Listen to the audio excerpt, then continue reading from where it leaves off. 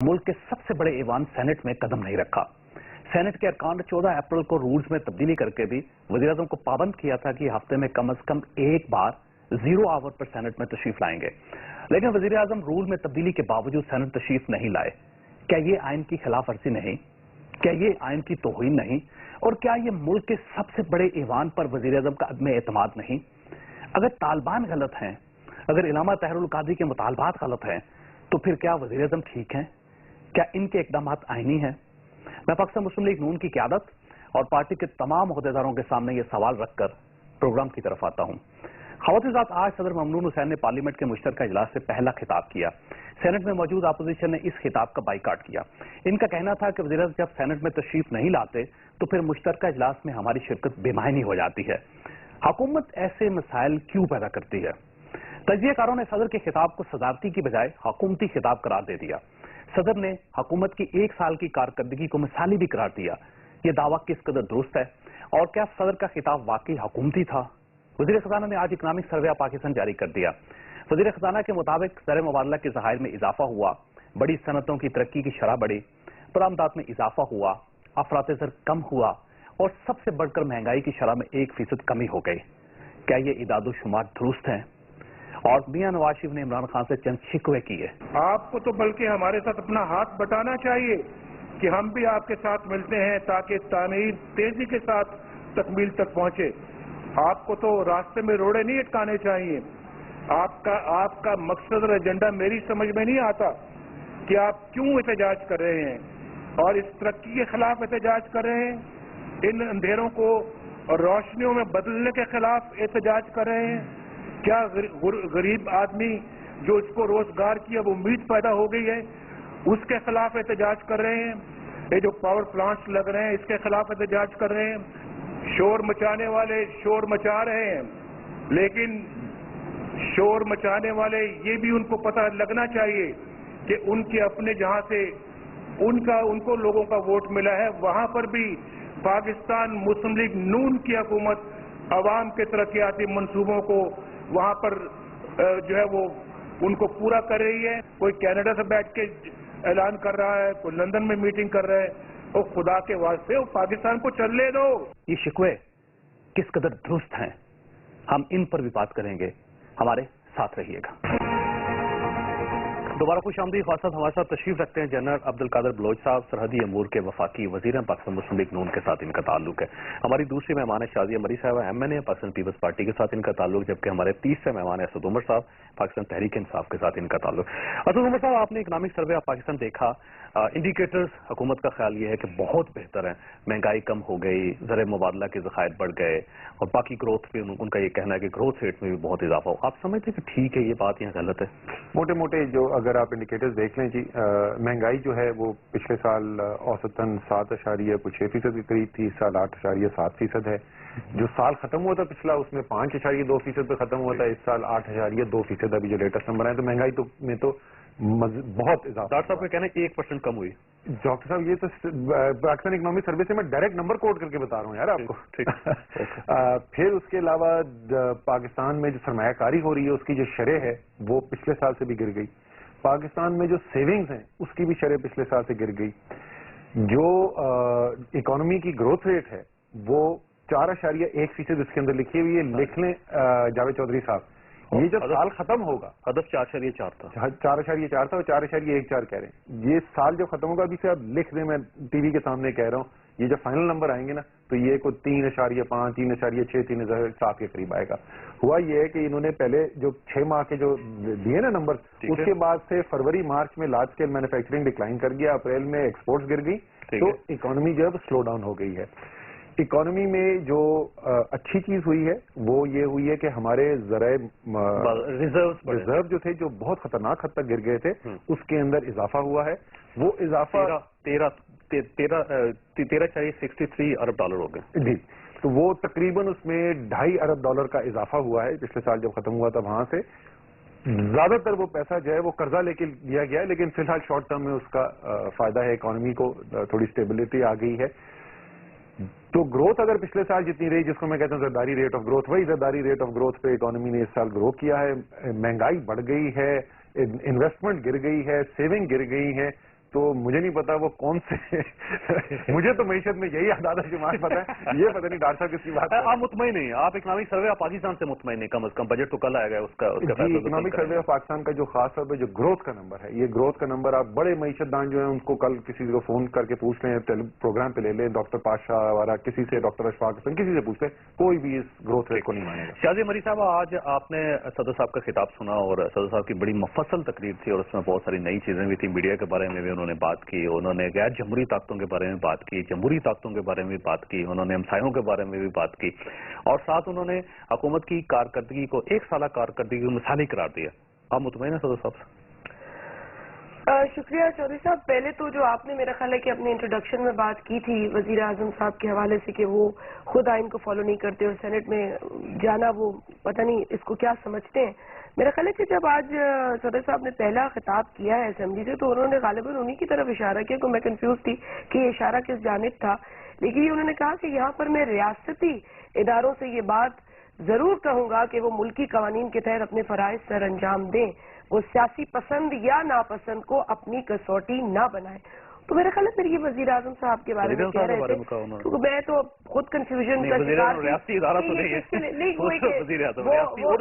وہ کافی اداروں کے سربراہ ہیں، تو میرا خیال ہے کہ بحیثیت سربراہ اگر وہ سینٹ میں نہیں جاتے اور قوانین فالو نہیں کرتے تو سب سے پہلے تو صدر صاحب کو ان کی طرف دیکھنا چاہیے.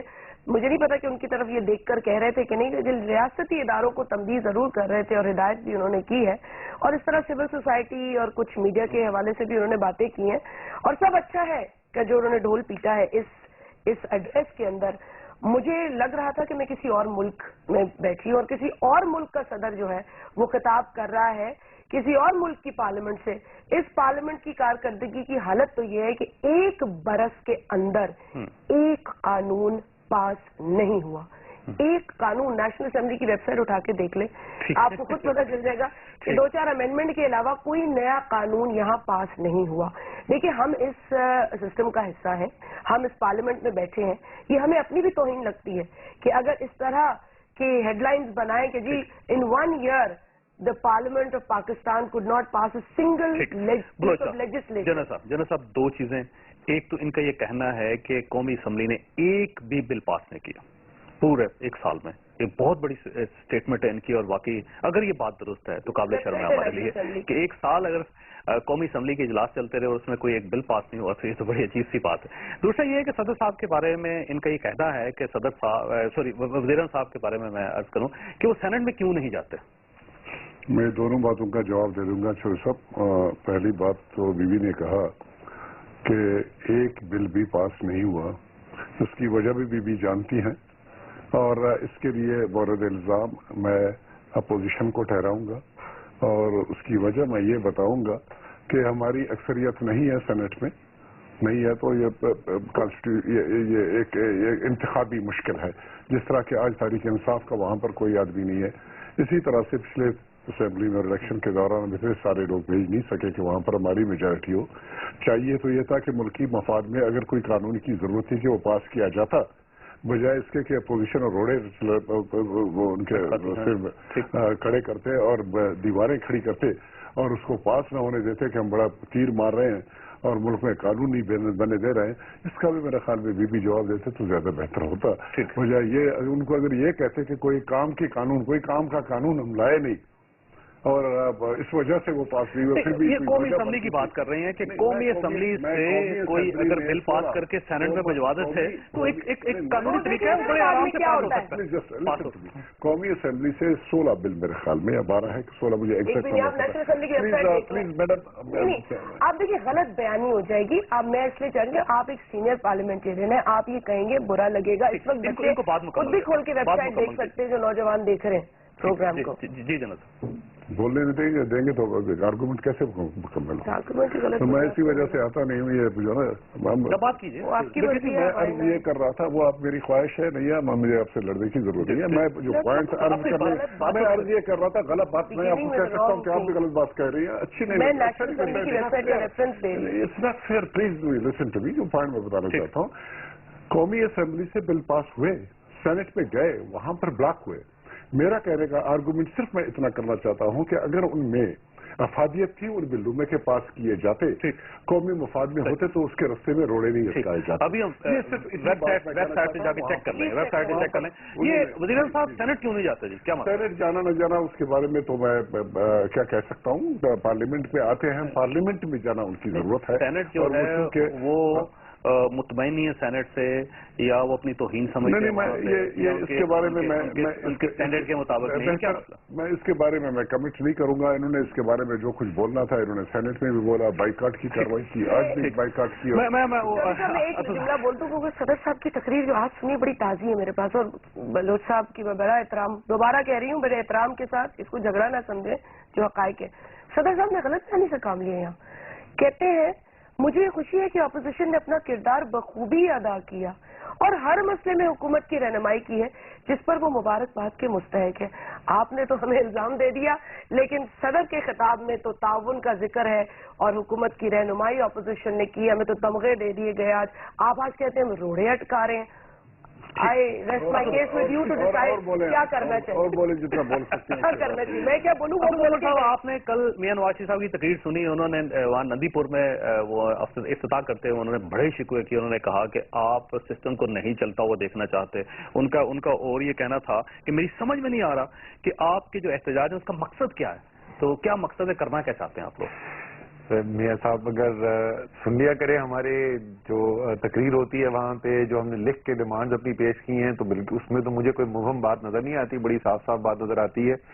अगर वो समझते हैं कि पाकिस्तान में इलेक्शन का निज़ाम शफाफ हो जाए, पाकिस्तान के अवाम को ये लगे कि ये इलेक्शन का निज़ाम जो है ये वाकई में उन्हीं लोगों को मुंतखब करता है जिनको हम मुंतखब करना चाहते हैं, तो इससे जमहूरियत डिरेल हो जाएगी। ये मेरी तो समझ से बाहर है, ये इसकी मंतक मेरी समझ से बाहर है।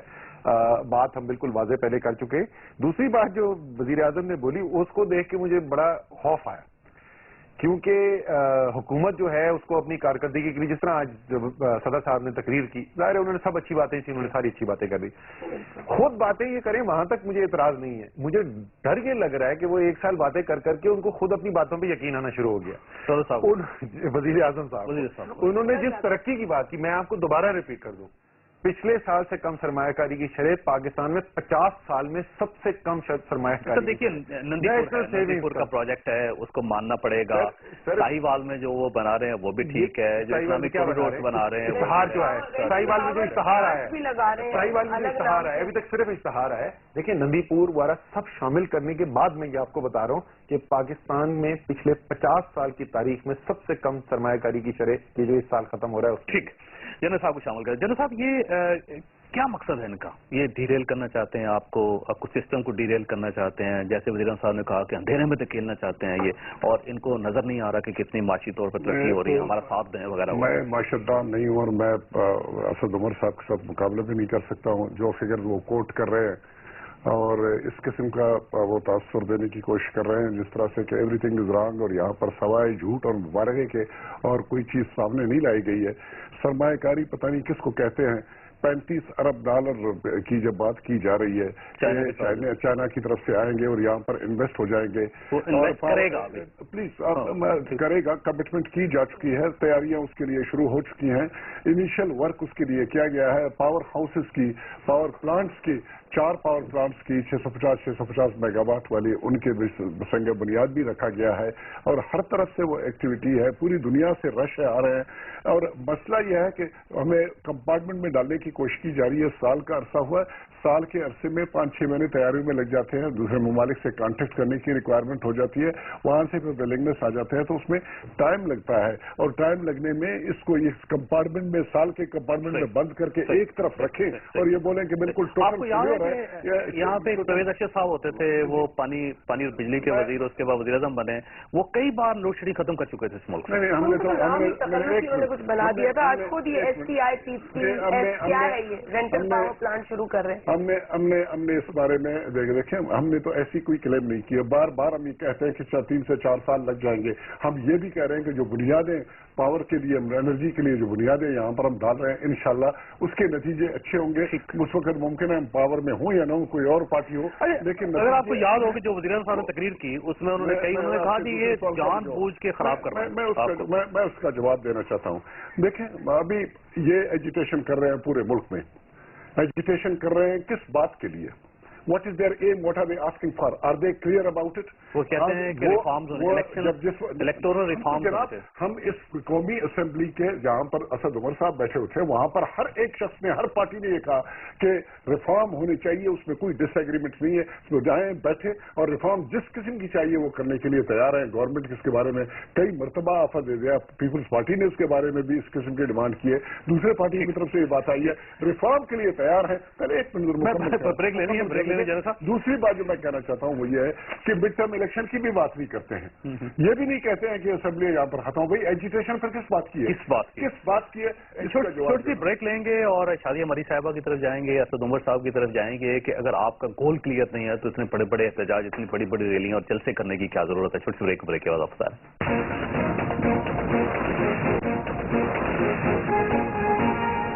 दोबारा खुश आमदीद। फैसल, वक्फे में जाने से पहले जन्नत साहब का ये कहना था कि हमने, हमारी कारकर्दगी इतनी भी बुरी नहीं। इन्होंने चीन के हवाले से एक रेफरेंस दिया, इन्होंने कहा कि चाइना से $35 बिलियन इन्वेस्टमेंट हो रही है और ये कम इन्वेस्टमेंट नहीं है, पाकिस्तान की हिस्ट्री में बहुत बड़ी इन्वेस्टमेंट है। असद उमर साहब, आपको ये नजर नहीं आती?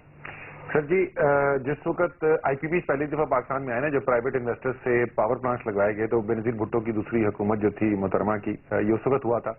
और उसके बाद जो हुकूमत आई मियां नवाज शरीफ की, उन्होंने कहा कि जी मुल्क को डुबो दिया इन माहिदों ने, और अगर आपको याद हो तो माहिदे उन्होंने मनसूखी की भी बात की थी, वो कोर्ट में भी चलते रहे। वो 15% डॉलर रिटर्न के ऊपर प्राइवेट इन्वेस्टर को रिटर्न दे रहे थे। जो अभी पॉलिसी थी उसके अंदर जो थर्मल प्रोजेक्ट्स होते थे उसमें 15% ही रिटर्न लगता था। थर को खास तौर पे इंसेंटिव देने के लिए 20% का रिटर्न दिया गया था। आपको पता है अभी जो उन्होंने चेंज की है पिछले माह क्या, अभी कोई 10-12 दिन पहले उन्होंने तब्दीली की है, जो इंपोर्टेड कोयला है उसके ऊपर रिटर्न 15% से बढ़ा के 24.5% पे ले गए। दुनिया में इसकी मिसाल नहीं मिलती। और जो थर कोल है वो 20% से बढ़ा के 31.5% पे ले गए, और ये डॉलर रिटर्न है और गारंटीड रिटर्न है। ये इन्वेस्टमेंट के रिटर्न नहीं है, ये डाका है।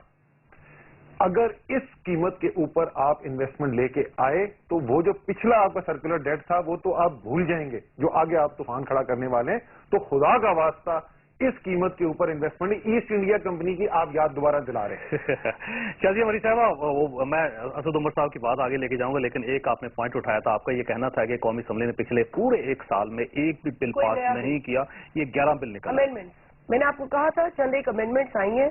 जब पीपीओ आया वो भी ऑर्डिनेंस की शक्ल में आया, which is a bill introduced जब वो असेंबली में आता है। और उसके बाद आपको पता है कि आपको माहौल पता है ना, ये कौमी असम्बली की वेबसाइट है, ये अमेंडमेंट्स है, अमेंडमेंट्स है, कोई बिल नहीं है, नहीं नया कोई बिल नहीं है। और मैं आपको एक बात बताऊं, इनकी अपनी एलआई पार्टी ने क्या कहा था, मैं आप खुद वो टिकर्स भी देख रहे थे, उसमें फुटेज भी चला दे। उन्होंने कहा इन्होंने तासुब की हद कर दी कि मतलब अब सूबों की बुनियादों पर भी लोग जो है शोर करने लगे हैं उस बिल के ऊपर। इतनी मतलब ये खुद अकेले बैठे हुए थे और वो बिल पास हो रहा था। अगर इस तरह बिल पास कराने तो फिर आप अच्छी ले आए बिल, और हम आपके साथ हैं, हम कहेंगे चले हम बैठे ही रहेंगे अगर ऑपोजिशन को आप और कुछ नहीं। दोनों मैं एक बात मईशत के हवाले से ये करना चाहूंगी कि असद उमर साहब ने बिल्कुल दुरुस्त फरमाया कि पिछले साल अप्रैल में क्या इन्फ्लेशन था और इस बरस आप 9.7 की बात करें, तकरीबन 6% इसी टाइम पिछले साल था। टारगेट मीट नहीं हुए। आप आए ना उस तरफ, let's talk about this. Target कभी भी मीट नहीं हुए। नहीं, लेकिन देखिए ना, बड़ी बड़ी बातें आप पिछले 5 साल देखिए, 5 साल निकाल के देखिए, लेकिन आप ये देखें कि आप शुरू करते हैं 2475 अरब से, उसके बाद आप खुद ही ये पार्लियामेंट से अप्रूव कराते हैं आप एफडीआर का टारगेट, फिर आप खुद ही चले जाते हैं 2345 में, फिर आप खुद ही चले जाते हैं 2275 पे। हम हर बजट में झूठ बोलते हैं 3 मरतबा। मैं आपको कह रही हूँ कि बजट से बहुत कुछ नहीं बदलता, लेकिन कम से कम टारगेट्स तो रियलिस्टिक रखें। आप इतनी बड़ी बड़ी बातें तो ना दोनों करें। चीजें, एक तो आपने इलेक्शन से पहले भी कहा लोड शेडिंग का क्या आप करेंगे और बेरोजगारी का क्या करेंगे, आप उससे बदतर बिल पास नहीं करवाया कौमी असम्बली से पिछले 1 साल। मेरी एक रिक्वेस्ट होगी शादिया बीवी से, जब मैं बोलूं तो उस वक्त मेहरबानी के दरमियान में न बोले, मैं जैसा गलत सलत बोलूं उसके बाद जो मर्जी है मेरी लताड़ प्लेट करें, लेकिन सॉरी मैं वो नहीं करूंगी, ये मेरी आदत नहीं है। अभी आपने अगर वो नहीं मान रही